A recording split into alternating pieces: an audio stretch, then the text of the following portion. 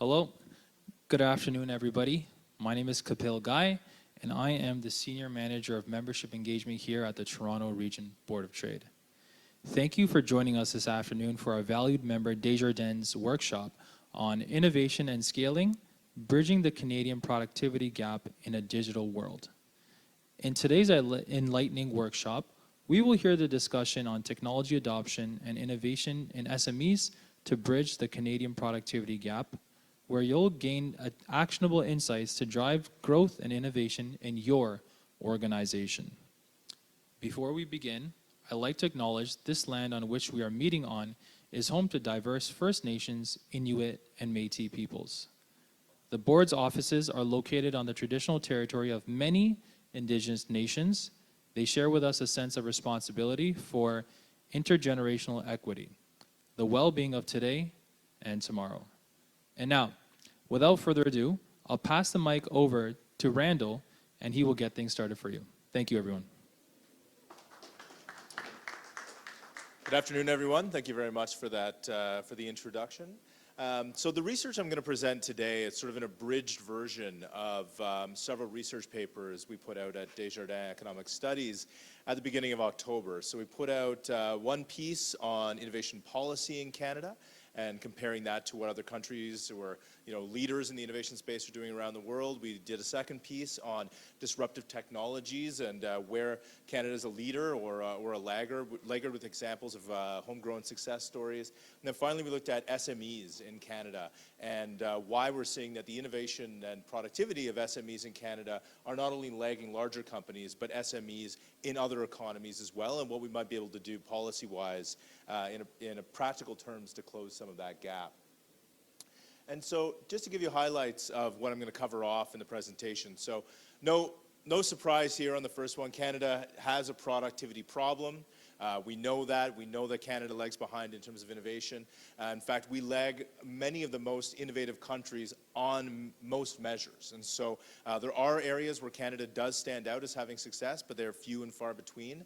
And part of the reason for that, at least what's commonly, or one of the commonly cited reasons, is that SMEs in Canada struggle more than in other countries to innovate and to adopt new technologies. And so there are ways that that can be addressed, and that other countries have demonstrated more success in helping their SMEs bridge some of that gap. Big part of that is that SMEs need additional support in order to be able to adopt new technologies and integrate them into existing processes, where that support is much more common in terms of policy around the world, and in the most innovative countries, it's not as much the case in Canada. And so there are three critical areas that we identified as areas of policy gaps in Canada, where there are policy gaps. One of which is skills and knowledge acquisition, so being able to understand what are the technologies that are available and how to integrate those into existing processes as quickly and seamlessly as possible to rapidly accelerate productivity within companies. Attracting, developing, and then retaining top talent within Canada. And so adapting the immigration process to do that, but also in terms of how we educate innovators in Canada. And then finally, financing for innovation, which is where we have a big gap with other advanced economies, and certainly an area where there's enormous opportunity to improve in Canada as well. And so, just starting it off to give a broad sense of where we are in terms of productivity. I mean, Canada. So this is just real output, real GDP per hour work. So the broadest measure of productivity. Canada has lagged behind many other of our G7 peers for many, many years, and it's something that we've had, almost countless policy changes to help try to address, whether that's changes in tax policy, whether that's tax credits to address research and development. Whatever it happens to be, there's been a big focus on trying to close some of this productivity gap, particularly with the U.S., and we haven't yet been able to close that gap, unfortunately. And in fact, that gap has continued to widen with many of our G7 peers over the last 20 plus years. And so everything we've tried has sort of helped, I would argue, slow the widening of that gap, so prevent it from widening further, but really hasn't managed to close that gap with other advanced economies. And the reason that economists are so obsessed with productivity and GDP per hour worked is that really at the end of the day, this is what increases living standards within a country. And so the further behind we get from our peers, the further our living standards become, lag our peers as well. And so certainly we want to see that Canada is a leader, both in terms of productivity, but the bigger reason being that we want to see Canadian living standards be the highest in the world as well. Now, a big part of what explains this is the innovation gap that we have with other countries. Now, this is the Bloomberg Innovation Index from 2021. It incorporates about a dozen different metrics into it that try to provide a relative comparison of where Canada is when we compare ourselves to other countries. And what you can see here is that Canada actually doesn't even rank in the top 20 among advanced economies. And so this includes, we lag behind all of the rest of the G7, we lag behind those countries that are always near the top of the list, countries like South Korea and Israel. And so Canada lags behind on many different metrics of innovation when we compare ourselves to our global advanced economy peers. And there's some of the classic explanations for why Canada lags so far behind other countries. Some of it, a big part of it is when we look at things like research and development, investment in research and development relative to the size of the economy or as a share of GDP. I mean, those countries that are considered among the most innovative typically lead the pack in this regard. So whether that's Israel or South Korea, the US, but when it's not even just the fact that we're falling behind the leaders in terms of investment in research and development in Canada, we're actually just falling behind the OECD average overall. So we're not even keeping up with the average of our advanced economy peers. And that gap continues to widen, where Canada really sort of peaked in terms of our investment in R&D as a share of the economy in the early part of the 21st century. And since then, we've been falling further and further behind. And so there really needs to be emphasis put on closing this gap, and this does explain at least part of what's going on. I mean, part of it is that, the energy sector led a lot of the economic growth that we saw in the last 20 years until oil prices fell back in 2014, 2015, but we still haven't been able to close a lot of that gap. Do you mind if I say questions to the answer? Is that okay?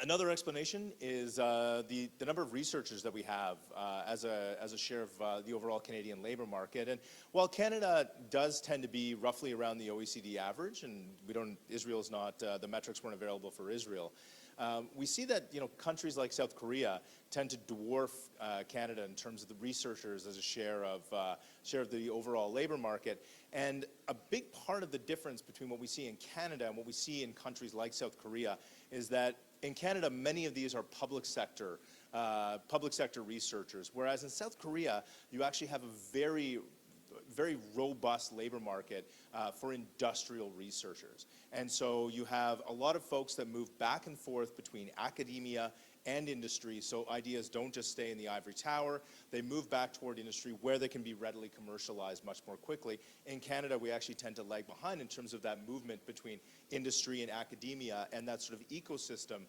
that helps to ultimately support ideas moving from the ivory tower, as I mentioned, into industry and then being more rapidly commercialized. Scale matters as well, and it's one thing that we're never going to be able to compete with countries like the US in terms of scale. We're never going to be able to compete with Japan in terms of scale, at least not for the foreseeable future. But even when we look at countries like South Korea, that in 2021 had just over 50 million people. We just hit 40 million people in Canada.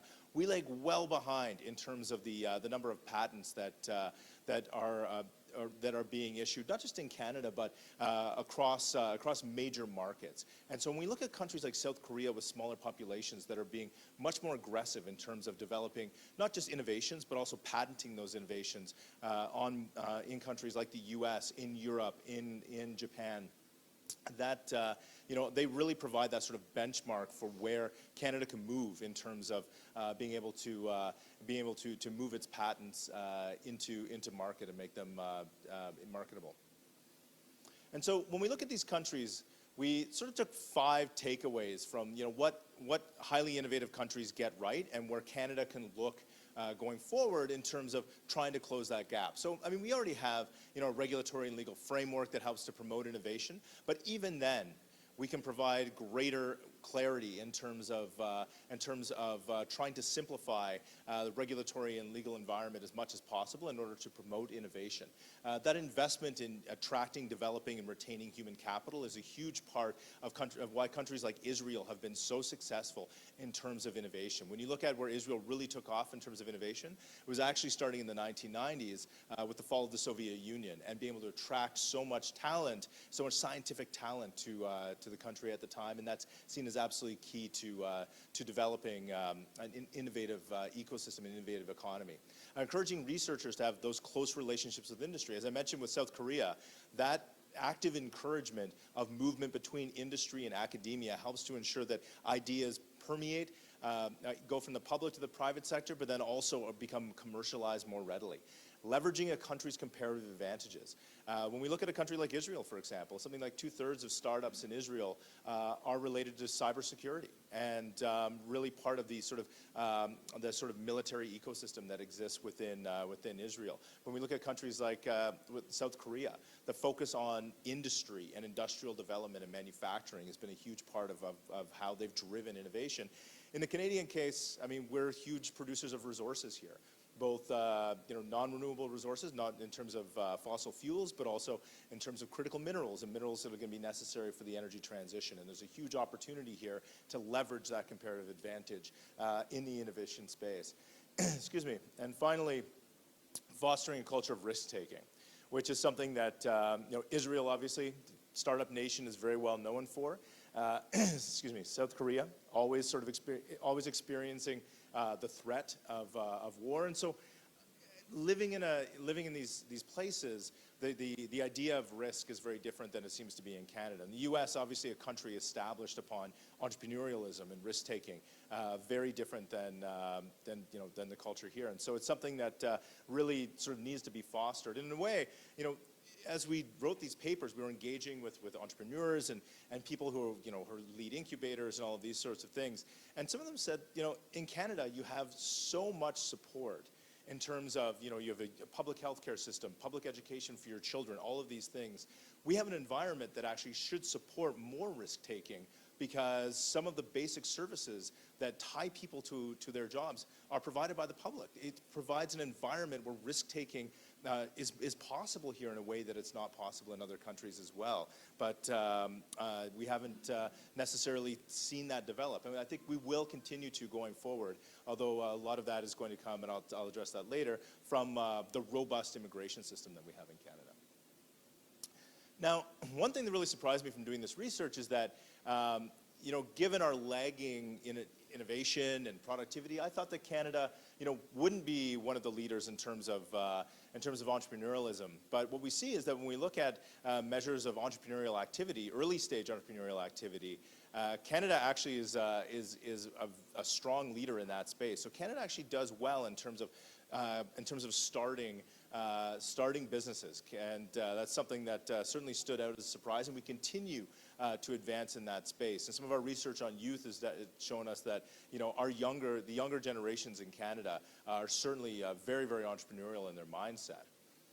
But part of what comes of that as well is that we've seen that despite this entrepreneurial drive, Canadian companies, and you can see it in things like AI patents, where Canada is a leader in the global space, but many of these are not domestically owned, for instance. So a lot of that IP doesn't necessarily stay in the country. That IP leaves the country. So we start these businesses. We have a lot of an entrepreneurial spirit, all of these things, but we don't necessarily retain that intellectual property and those ideas that are developed here in Canada, and we don't take them to that next level. So we can start companies, but are those companies growing, and are those companies moving to scale and then commercializing a lot of those ideas, or are they going elsewhere? And especially in the AI example here, we can see that they are going elsewhere. And one of the things that lends itself, I think, to improvement in Canada as well is that we don't necessarily, a lot of our small businesses don't necessarily widely adopt a lot of innovative technologies. And so some of the research that we found suggests that there are some technologies where they were adopted very quickly, things like cloud computing, that kind of thing. But it's generally we're just so lagging behind in terms of investing in adopting these new technologies. So not even just developing these new innovative technologies and disruptive technologies, but then adopting them, even if they're not the companies that are developing them, even the adoption is lagging behind. And part of the story that, and sorry, there are a couple of labels missing there. Part of the story that comes out is that Canada has a very large share of small businesses. And those small businesses, as I mentioned in the opening slide, are not as innovative as larger companies in Canada. And that's kind of, that's well known in terms of the gap between large and small companies in all economies. So that's something that's commonplace. But not even just that we lag behind. Our small businesses are less productive and less innovative than small businesses in other economies around the world. And so you can see it here, our larger share of small businesses and their lower level of innovation and productivity has led to lower aggregate productivity in the economy. And we do see it here that as businesses get larger, they tend to be more innovative. They tend to adopt more innovative technologies. And part of that is just the ability to be able to have the resources, to make sure to bring in the talent, to help to identify the needs, to help integrate those innovations into existing processes, and help to increase productivity and increase output. And so, as I mentioned, you see that businesses that tend to have a higher share of employment, or sectors that tend to have a higher share of employment in SMEs, tend to be less productive overall. And so, we see that like some of those companies like utilities and natural resources and that sort of thing, which have a higher share of employment in larger companies, do tend to be more productive. And so that tends to be a big part of the reason that we end up seeing that overall productivity is low, just because of that lower level of productivity in SMEs. And so it plays out in the revenue space as well, so that when we look at those industries where we have a higher prevalence of SMEs, revenue growth has tended to be slower historically, has tended to be lower. And so I'm thinking things like accommodation and food services and retail and construction and well, not construction rather in this case, but other services, that sort of thing. And so as a consequence, you roll that up to the national level as well. Our overall our overall profit growth tends to be lower than in other countries as well. And so all of these pieces continue to add up to an overall level of economic weakness in terms of innovation, productivity, profitability, and a lot of it is explained by the fact that we have a share of employment in SMEs that tends to be very high.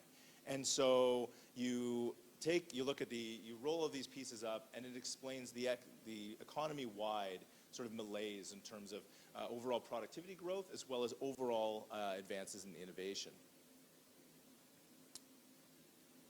And when we unpack where we're seeing this weakness, it tends to transcend all measures, whether it's looking at intellectual property and ownership of intellectual property, where larger companies do tend to have more dominance in that space, whether it comes down to digital maturity of companies. Larger companies tend to be more digitally mature than smaller companies as well. When it comes down to adoption of advanced technologies. So we see that SMEs generally have much lower rates of adoption of advanced technologies. Where they tend to do quite well is things like online presence and digital marketing. But at the same time, that's not necessarily that's certainly supportive of marketing and bringing product to market and that sort of thing. But at the same time, it's not necessarily innovation in terms of the processes that these companies have, and necessarily the delivery of those products and processes as well. So there's certainly scope for improvement broadly across the technology adoption space. And finally, when we look at even just things like fiber internet connections, and so regardless of the metric that we look at, we see that the sectors that tend to have a greater share of employment and output coming from SMEs are those that tend to adopt fewer technologies and tend to have lower levels of productivity and lower levels of innovation. And so there's certainly scope for dramatic improvement across the board and across all types of advanced technologies and adoption. And so why don't we see SMEs investing more in innovation? Well, I think part of it in the short term relates to where the economy is right now. So when we look at prospects for future sales growth and prospects for future investment, so coming out of the pandemic, small businesses generally in Canada, large and small, were quite optimistic in their sales projections, were quite optimistic in their intent to invest. However, recently we've seen a lot of that optimism fade as interest rates have gone up dramatically, of course. We've seen high inflation, so input costs have gone up significantly, and the consumer has also started to sour in terms of their outlook, given the rising costs of their mortgages and their need to service that as opposed to putting it toward consumption and investment. And so what we've seen is that we've seen sort of a souring prospect in terms of the business outlook in Canada.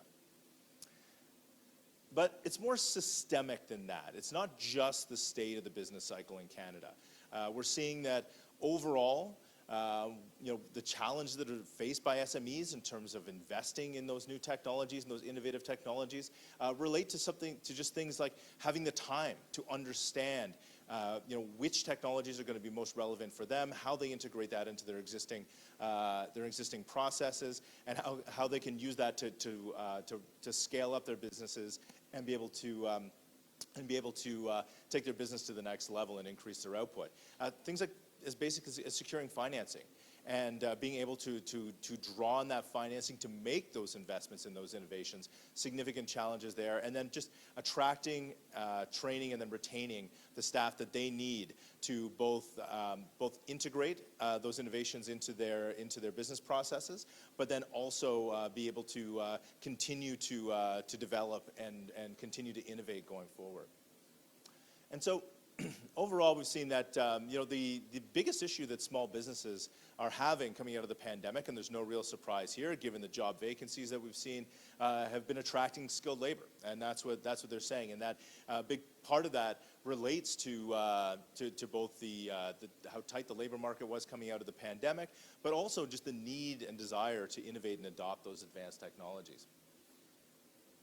However, we've seen that despite recognizing that as an issue, there's been a real reluctance to invest in the type of technologies that would help them get past these labor shortages and address those labor shortages, such as investing in automation.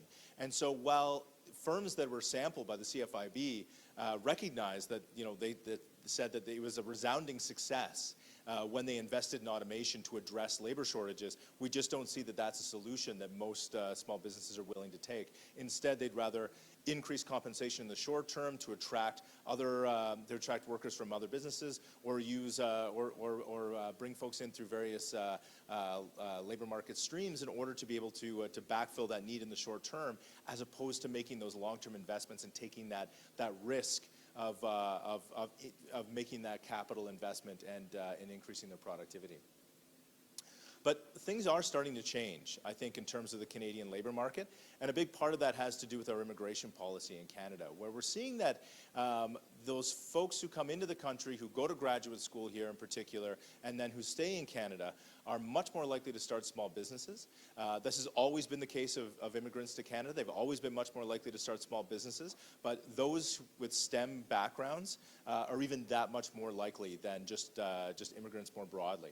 And folks with STEM backgrounds just generally are much more likely to start small businesses. And so as we attract more of this great talent to Canada, I think that's where you're going to start to see a big shift in terms of risk-taking culture in Canada, and certainly that's particularly the case, I think, in the STEM field. At least that's what the data shows. And we see that businesses that are owned by immigrants versus folks that have been here for a couple of generations or more are across the board more likely to invest in innovative processes, in terms of innovative ways of selling their products, in terms of optimizing their organizational structure, all of those things to continue pushing for greater innovation.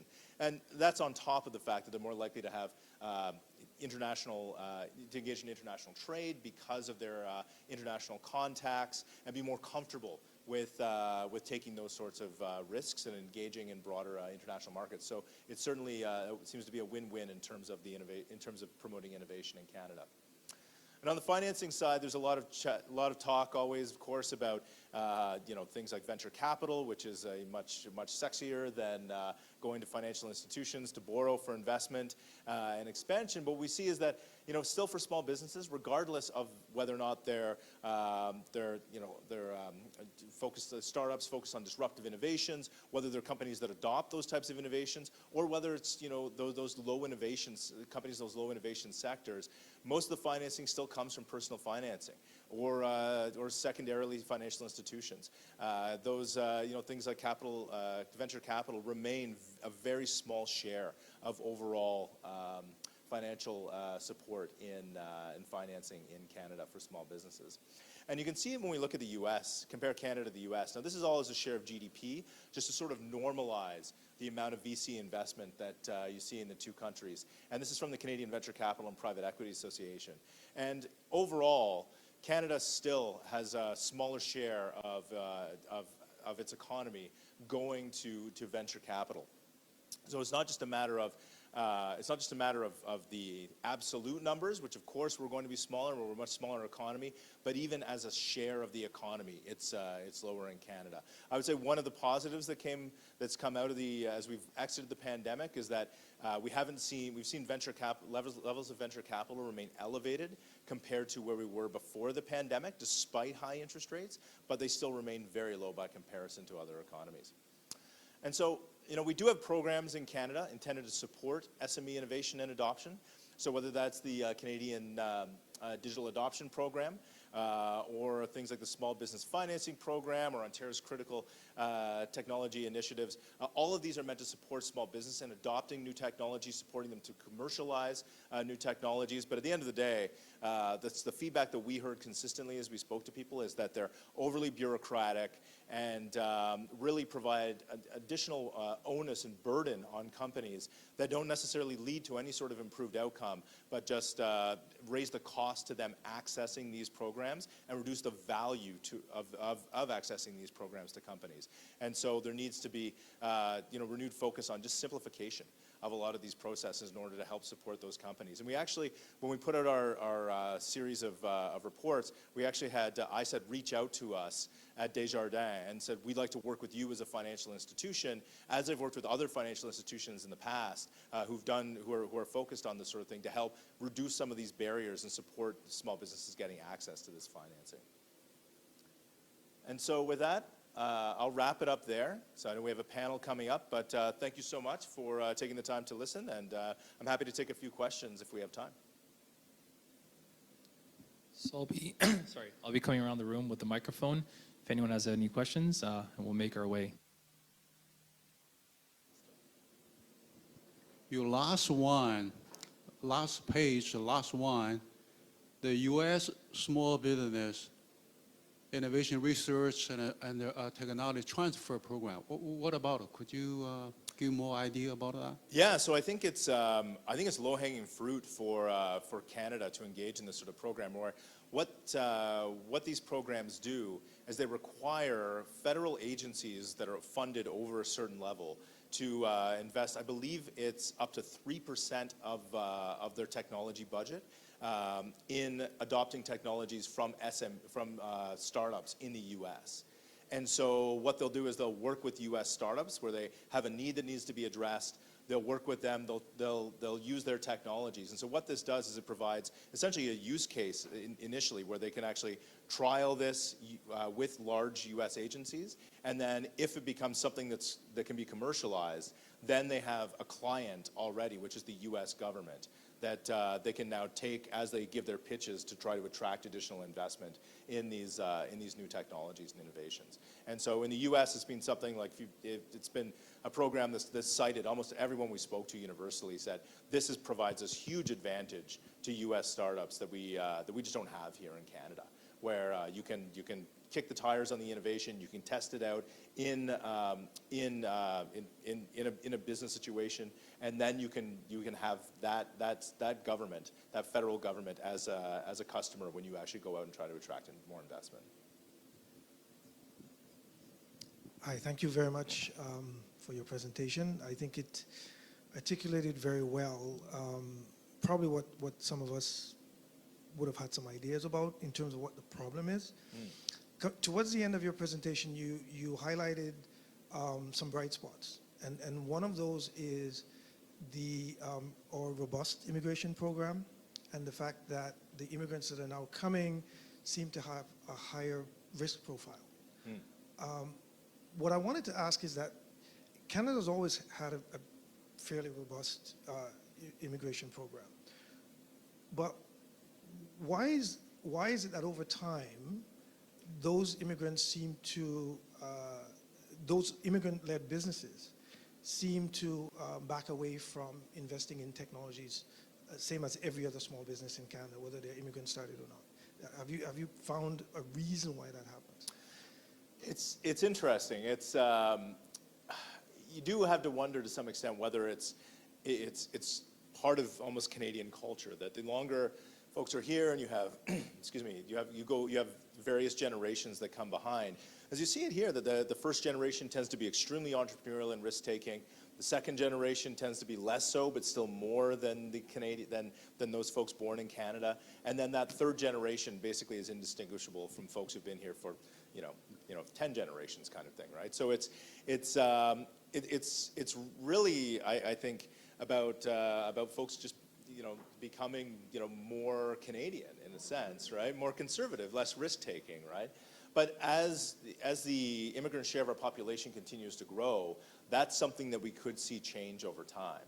And I think as the type of immigration that we have evolves as well, where when you look at the immigration streams that we have in Canada, about 60% of people, permanent residents who come in, are under the economic immigrant stream, and their labor market outcomes are really exceptional. Like, those are folks that tend to earn higher incomes than the Canadian average after being here for just a year, who are more likely to be employed, who are more likely to be engaged in starting small business. Like, these outcomes are truly exceptional. I think as we focus on attracting more people who are entrepreneurial, who are educated, who have international work experience, who have all of these things that I think help to support innovation, I think that's going to help to continue evolving the culture. And I think the other thing too is that younger Canadians, we did a series of reports on youth, the economics of youth back in the spring.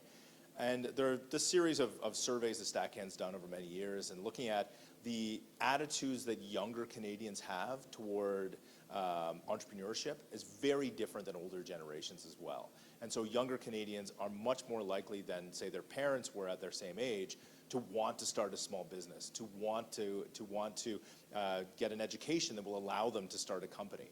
I think the culture is changing, both from the younger generation up and from new Canadians coming in. But I think it's going to take time to get there. What do you see as the role of established national institutions like in ensuring that generation of innovative Canadians maintain that intensity going forward? Because many times it's that you have all this energy, but you can only do so much. You can't get the resources to take it to. Yeah, I agree. And so I'm not going to speak for my own financial institution, of course, but in this regard. But I think that it's multifold. I think that part of it is, and you can see that a lot of the financing still comes from personal resources, right? So which young people are going to have the opportunity to get those resources? It's going to be those who have greater access to them, so who probably grew up more affluent and that sort of thing, right? So we're leaving a lot of this potential behind because folks can't get access to financing. So I think part of it is working with post-secondary institutions and identifying those students that have those ideas, making those connections, helping them get paired with industry. And I think that when you look at U of T and you look at TMU here in Toronto, there's an increased focus on reducing the barriers between academia and industry and trying to make more of those connections, not just within the high-tech space, but also within even traditional industries, and making sure that they understand where these opportunities are in improving processes and that kind of thing, whether it's for the application of AI, that kind of thing. So I think part Part of it is is working with post-secondary institutions to help identify those ideas and those entrepreneurs who are really, bringing those innovations to the table that are going to be something that, that I think, you can generate a meaningful return from over time and can attract financial institutions to support that. Sir? Hi, your talk was titled Accelerating SME Innovation, and so that's always something that we're thinking of. My name is Angelo. I'm CEO and co-founder of Skills for Good AI. And one of the things that struck me is we're lagging in innovation. And I just wanted to share that Canada invented AI, and that's what we're giving to the world. And just like recently we saw how ChatGPT just took over, and they're calling it the new revolution, replacing the growth of the internet. So I'm quite surprised seeing that graph, and I just want to know really what was measured and what was considered innovative in that graph. And since we're talking about Canadians and risk, I think if you see what we do outdoors, we're pretty risky people, and I think immigrants to just move someplace and bring your bags and everything and forget what you grew up with is a risk, a very big risk, very few are able to take. In my experience being an entrepreneur and really growing the work that we're doing, is I think SME owners are risk takers, putting all their money, everything they put in, their families, they borrow money. I think what we're lacking here and what we've seen in the US is a lot of Canadian companies are not the risk takers with Canadian SMEs, because we became credible in Canada when we had American customers.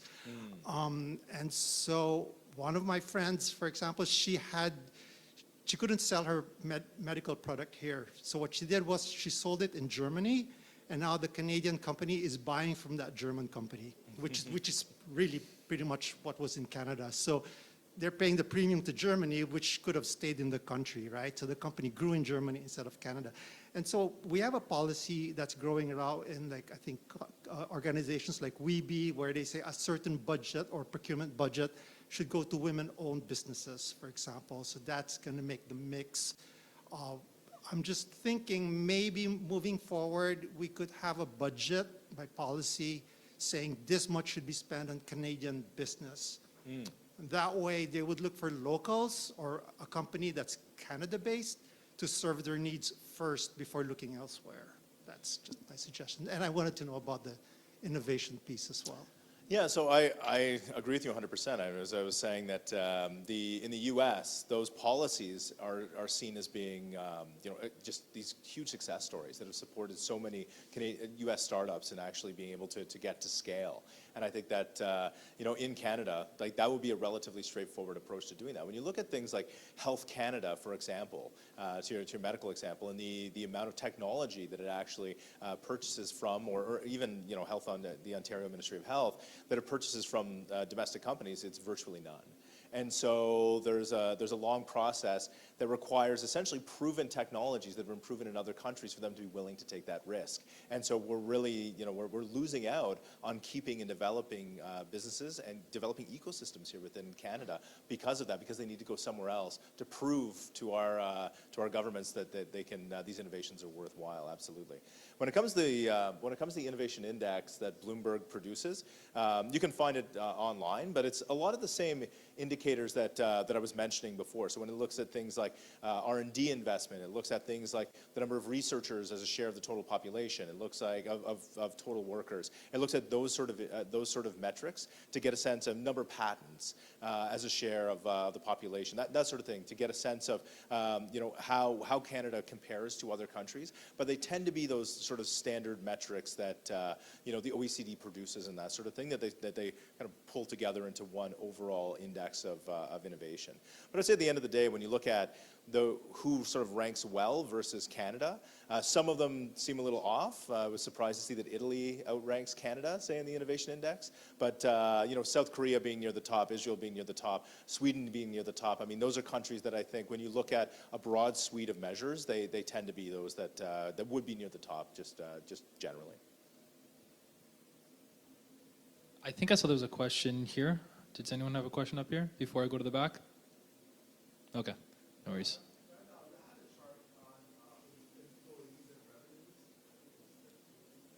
Yeah. The only service first sector was a utility that was 1-to-1. Can you tell me where you guys got those numbers? Because of the subsidies available? If you go to utilities, somewhere there. Oh, the one near the bottom? Yeah. That's the only revenue to employment that's 1-to-1 on that chart. Is there a reason? Because of Canada subsidizes utilities?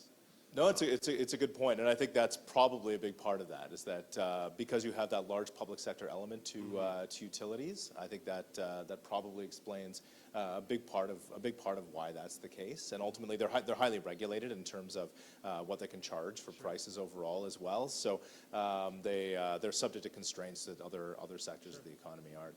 The one I find most interesting about this chart actually is the construction sector, which I think is part of what leads the Canadian statistics to be very different than in other countries. So when you look at overall profitability over this period in the construction sector, which tends to be very heavily dominated by SMEs, a big part of that is just the fact that real estate and residential investment in the housing market absorbs a huge amount of, it takes up a huge amount of the investment in Canada and takes a lot of resources relative to what we see in other countries. And so one of the things that often comes up that needs to be addressed in Canada is the fact that we have just such a significant affordability problem in terms of housing here that ultimately it leads to high profitability in the construction sector, but doesn't lead to any incentive for innovation in the construction sector, but secondly, takes resources away from investment, takes resources away from consumption, and reduces opportunity for new Canadians and younger Canadians to really take those risks and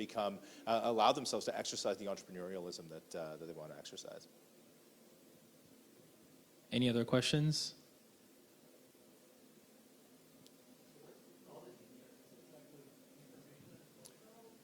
Yeah, so these are sort of stack hands definitions here, but yeah, it's with the information and cultural section. Yeah. Great. Thank you all so much. Really appreciate it.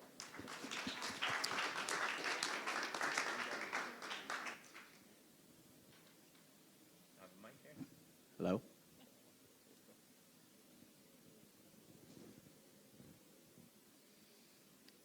Can't thank you enough, Randall, for taking the time today and sharing those insights with everyone here. I'm really pleased as well to see the questions that came up in the room. Sometimes with our senior Canadian economist, finding those bright spots are difficult, but that's okay. We didn't all end up in a low point. And I think it was a good springboard. I think that you were the one that asked that question. I think it's a good springboard as well, Randall, for us to shift gears very quickly and bring a couple of innovative entrepreneurs, so individuals who are actually in the SME space, to maybe bridge some of the questions that came up during the Q&A, give their perspective as well on what their journey has been like, some of the innovations that they've put in place, and then kind of fill in the gaps. So I'm very pleased today to bring Hassan Najumi, President CEO from Chimifres. I hope you have a microphone. You will definitely need one, Hassan. And Devin, too, who's the founder of Map Your Property, both incredibly innovative individuals within the SME space to share with us some of their perspective, how their organizations have innovated and become successful over the course of their journey. Devin, looks like you're poised and ready to go. So why don't we start with you and just a softball, looking for you to share a little bit with the group today on yourself, your story, and what your organization is about.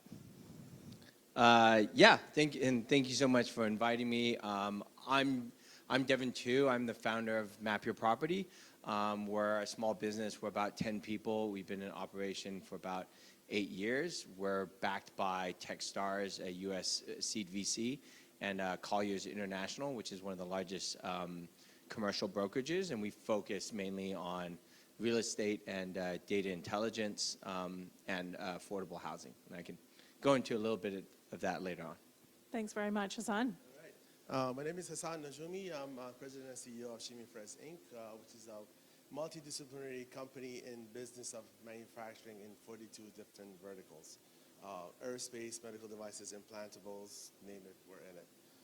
We've been around for 50 years. We have 12 full-time employees, about maybe 18 part-time in Toronto, and globally about 85 offices across the world. Okay, thanks very much. Hassan, I'll stay with you for a second. Looking at the key elements within your organization that really help you to lean into innovation. So that could be partnerships, other resources that have helped you in that innovative development. Sure. We're a big fan of customers, of course. So we don't go after grants, we don't go after shreds and whatnot. We do a lot of trade shows. We do a lot of trade shows, talking to people, talking to customers to see what they need. And if we can fulfill that project, we'll do right away. If not, then we come back to Canada and globally to universities and professors to come up with an innovative solution for that project. Whether that being in aerospace, semiconductors, widget, implantable, we have resources that we can tap into. Of course, NRC and IRAP are fantastic to see who's out here in Canada that we can tap into. Okay, so give me an example of one of your greatest wins or something you're incredibly proud of within your organization. Again, just to give the folks here a sense of what it is that you're doing. So again, I'll give you my card after. So we're in the business of tin gauge sheet metal fabrication. So we make a lot of diaphragms. So when you go to a hospital, you hear a hissing sound from the ventilators. So we're the only company in Canada who basically made that product for a lot of companies worldwide, having only one customer in Canada and over 25 globally. So when COVID happened, we're the only kid on the block that basically helped with all those ventilators. So that's, again, it was good business. In a way, it was bad business because of the nature of the environment we were in. But again, we were in it. We've done the development over the years, and sometimes you hit the jackpot right away. Sometimes you have to stay there for 10, 15 years for that to go to the hockey stick, basically. That's Finding the silver linings, Yep. for sure. Yeah. Devin, if I turn to you, same couple of questions. So looking at the key elements within your organization that have helped you to lean into innovation, and then kind of follow up with, give us an example of one of the ways in which your organization has innovated that you're really proud of. Yeah, I love the two different perspectives because we're very much a technology company. So when we entered the real estate space, it's a very old school industry. And so what we've innovated was use a lot of technology, a lot of algorithms to grab data in a matter of seconds. So when we first started out, I think to cover the city of Toronto for our mapping, our data coverage took 1.5 years manually. And now we can do, we can crunch 20 million properties and we scan over 600 data sets. And that's not physically possible with our competitors, the Fortune 500s. We have some competitors like Altus Group, which has a 6.6 to $10 billion market cap, and we're still able to take advantage of, to innovate faster than them. And I think technology you can do much more with tech than manual process. It's different for manufacturing, but software is definitely in there, and that's the way we've been able to, what cost us 10 resources, we can now do in like half a FTE now, so. Yeah. And does that sort of also explain what you're most proud of insofar as the innovation that you've been able to deliver out to market? I mean, I think of the data aggregation and all, is it, MPAC, is it partnerships and acquisition and access to that data that's most compelling in terms of what you've been, how you've been able to innovate? Canada is much different in terms of data. It's very closed-minded. It's a lot slower. In the States, you can I can look up your age, your credit card, your whole family. I just don't know your name. But Canada, that's very different. I think we've been able to take open source data. We've been able to do those algorithms and calculations. So for example, we do track all housing, all residential or office or commercial real estate in almost real time. And our other people we're seeing 2 weeks. They have a team about this triple this size, just scanning websites and stuff, and we can automatically do that. So that's what I'm really proud of, because I think that's the new future. Affordable housing is a huge issue. People are trying to track that. And so we have a lot of government contracts from that because it's just in such high demand. So I think that the biggest innovation for us is actually being able to pivot very quickly. Like, we can talk about this later, but COVID took us out, and of course everyone else out, and a lot of firms weren't able to pivot that quick. And I love that idea going into kind of that medical era. You have to pivot very quickly when you have a crisis or, you know, a COVID kind of situation. If you can't do that, then you're going to be out of business. So, yeah. I know, Hassan, you were here throughout Randall's presentation. Was there anything, as you were looking through those slides, I mean, there was a lot around, you know, challenges and ways in which Canada is not necessarily competing at the same level as its you know, other countries globally. Do you see that? Are you able to relate? For sure. Like, obviously, everyone's Canadian here. There's a problem with scale up in Canada. Everyone's scared to spend money, basically. That's what it is. The way, like, we see it, we go to global trade shows and we see other customers, even startups in States or Europe, they're a different scale looking at something that they have to solve, right? So that has to change. And of course, within the supply chain that we have on like, for example, on this small business, then as SBF, that's Canada's, that's $350,000. That's literally rent for 1 year. US is $1 million, right? It's a different scale just to look at a project, but because 350 will not get you anywhere. So those are the problems that Canada has. Like, looking at like, it's everyone wants to grow, but the money available to the startups are minuscule. You cannot even think of what to do. 350. What do we do? Do we buy lunch, or do we go to a trade show? That's exactly it. Like, what do we do next with the money available?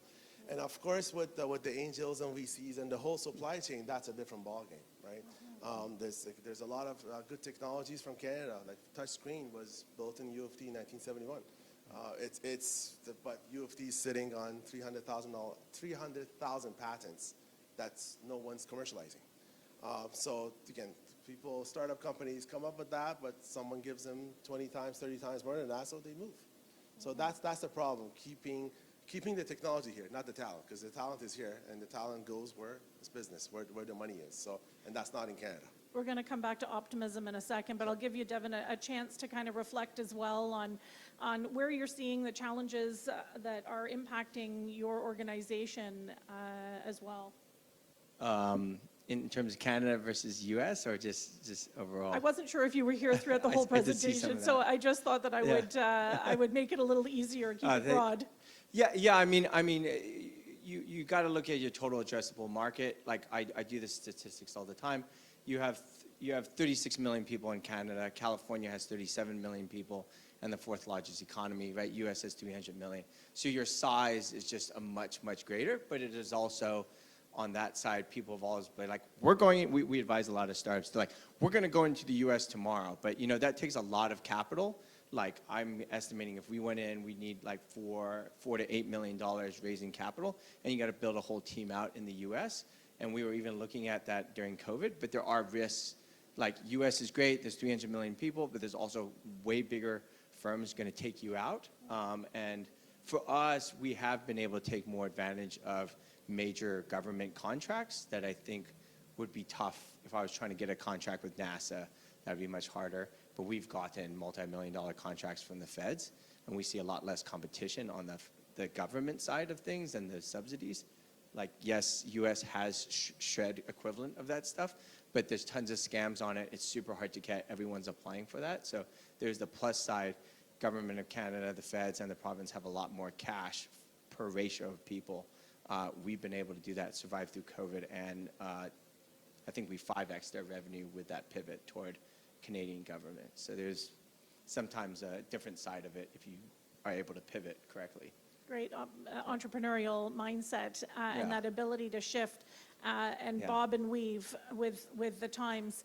I think so. Looking to the future, knowing some of the key information that was shared with us during Randall's presentation, and knowing that Canada is ripe for new talent. Hassan just referenced it, new people coming with great talent, great expertise, and some investment. Look to the future and tell us what that optimism and how that entrepreneurial spirit is buoying your innovation going forward.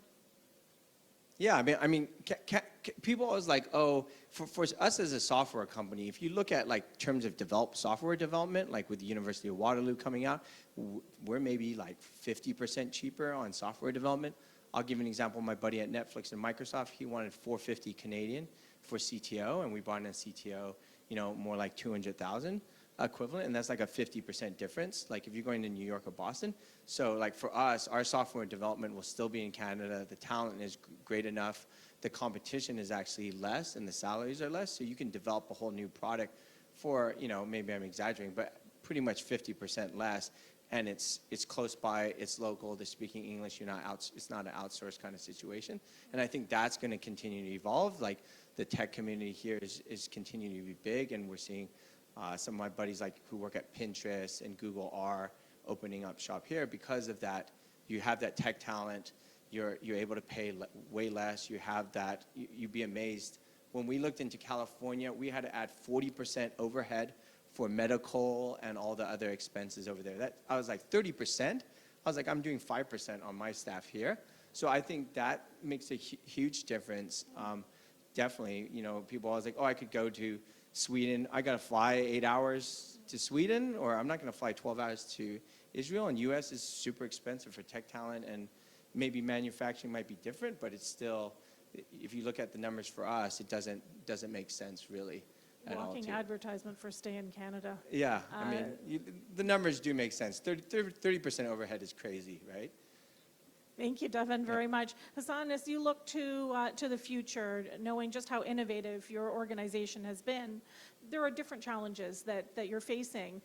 But how do you see innovation helping you to overcome those so that you can have a prosperous, hopefully in Canada, future? On the innovation side, I say we've probably spend about 50% of what we make every year on R&D. I stopped it literally 2 months ago. We're like, that's it. No more innovation. No more new products. Let's execute. That's so like on the execution side, I think we're in the right path because the timing is right for everything. Because now we just gotta go to market. We've got a good amount of market share for a lot of things that we do.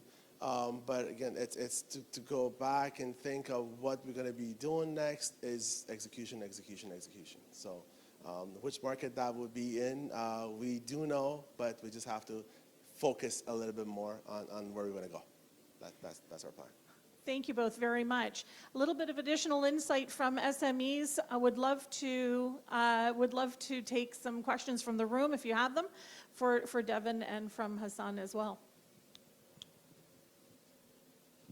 Have a comment for that gentleman. Sure. That there's a project called IRBs. That's the regional it's called the International Regional Benefits of Canada, which is a government, which is tier 1 globally that give contracts to the government of Canada. If you do the IRB search, you're going to see a lot of projects that SMEs can bid on, and that's 100%, has to be 80% Canadian. So there's a lot of that around, but it's just getting there, basically beating tier 1s and tier 2s, which are multi-billion-dollar U.S. companies, which are bidding and they have offices here. That's the hurdle, but it has to be 80% Canadian. There's a lot of medical, there's a lot of aerospace, there's a lot of everything, and there's another one that Canada buys that you should look into. Like it's if you have a project, just do a little application to get back to you ASAP. To see if we can literally sell your widget to the government of Canada. Yeah, I would agree with that. Come talk to me also on government contracts. We've done, I think we just won a $2.5 million. We're going for another $5 million one. So, yeah, I agree with you on that. Any other questions? Yeah, go ahead.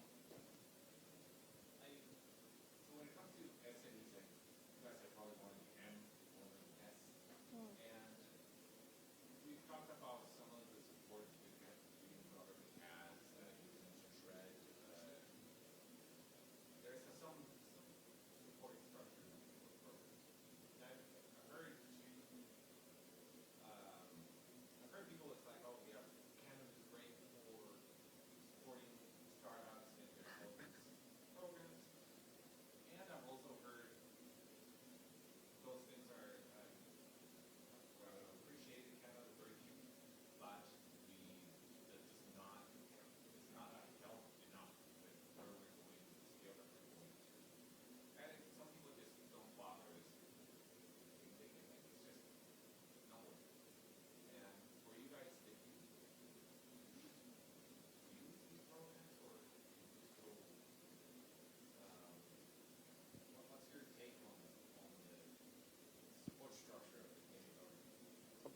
For us, we don't do any Canadian, but we use Canadian government to support projects that we have abroad, which is a lot easier than doing a Canadian project, to be honest.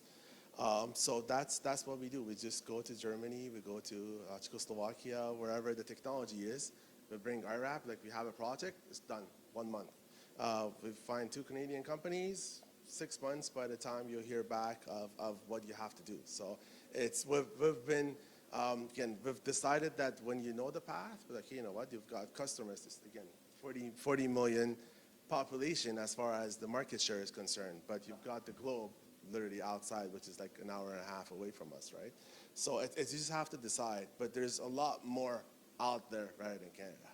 So it's just, again, start up here, fantastic. There's a lot of support to get you where you want to be, but don't settle. There's a bigger market out there. Yeah, I think if you're looking at Canada, there's not as much VC money. So if you, let's say you launch in the States, you'd raise money more from VCs, large VCs. You get more money there. In Canada, you're getting more government support, like BDC and stuff like that. We have found huge amounts of money from just not the classic IRAP or SHRED, but government contracts that we just know of ahead of time. And there's a lot of money out there and way less competition. But you know, in the U.S., you have those, but they're much smaller and they're much more competitive. So you know, a lot of the government stuff is not to maintain or support you. They're here to get you going a little bit, but you shouldn't like rely on it. We rely on it a little too much, I think, because of our pivot. But you know, you gotta run your own business, right? You can't expect the Canadian government to support you. They do that a lot, but there are lots of opportunities that are not announced. So just a suggestion, if you do go on that buy and sell thing, you'll compete against those tier 1s or 2s. So we have local relationships. We know about stuff ahead of time. We'll work with partners, and we won't bid against tier 1 or tier 2s. Like if an AECOM or IBM comes in, we'll skip those bids because they're not worth it. So it's more about strategy, about how you use government support. And you can take advantage of it, but then there's a lot of time. So people have asked me that, oh, I can get 2.5 million, but it took us 18 months to get that contract. And government always pays, but that's 18 months of your time where you're not too sure if it's coming in. So there's a risk right there. You do want your business revenue to balance that out, right? So that's what I caution people about on that.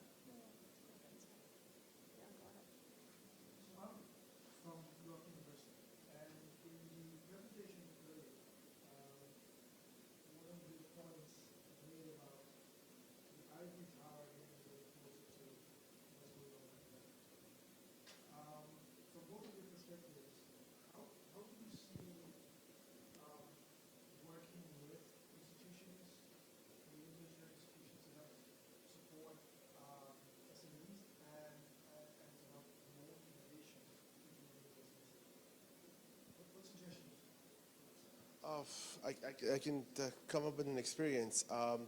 2002, we started a project with University of Waterloo on hydrogen fuel cells before this renewable energy scene become hype.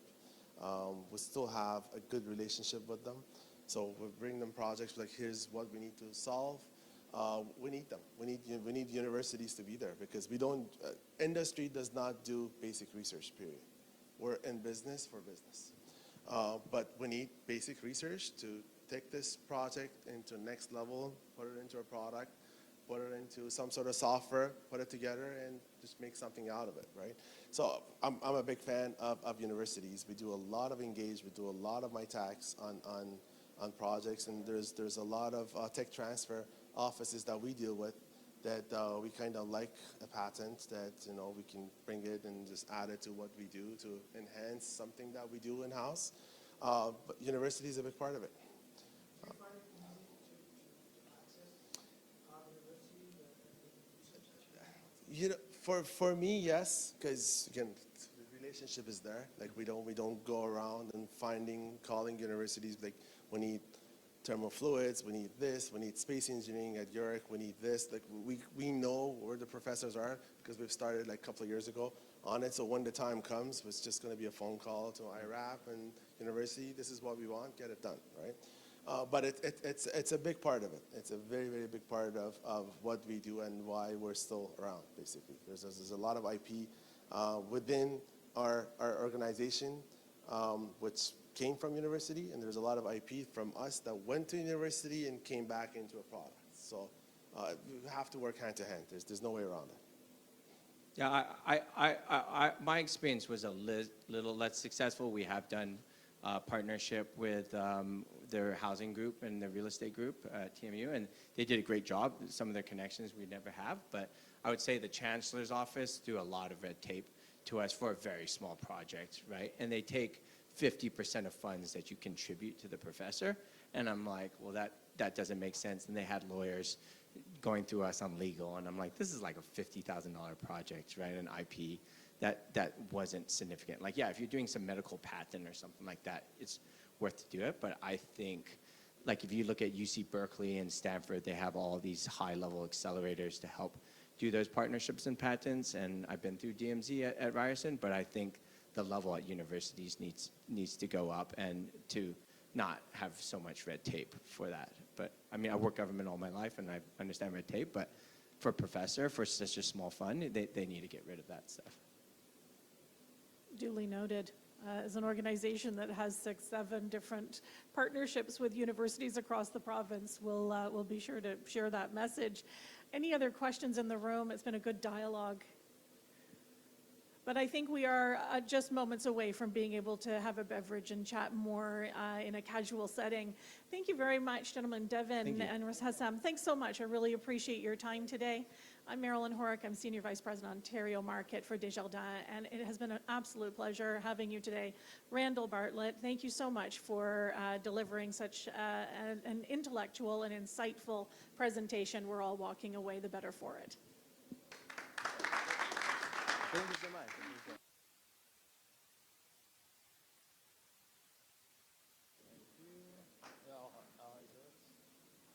Yeah, I'll be around. You guys have any questions? Can I just make a...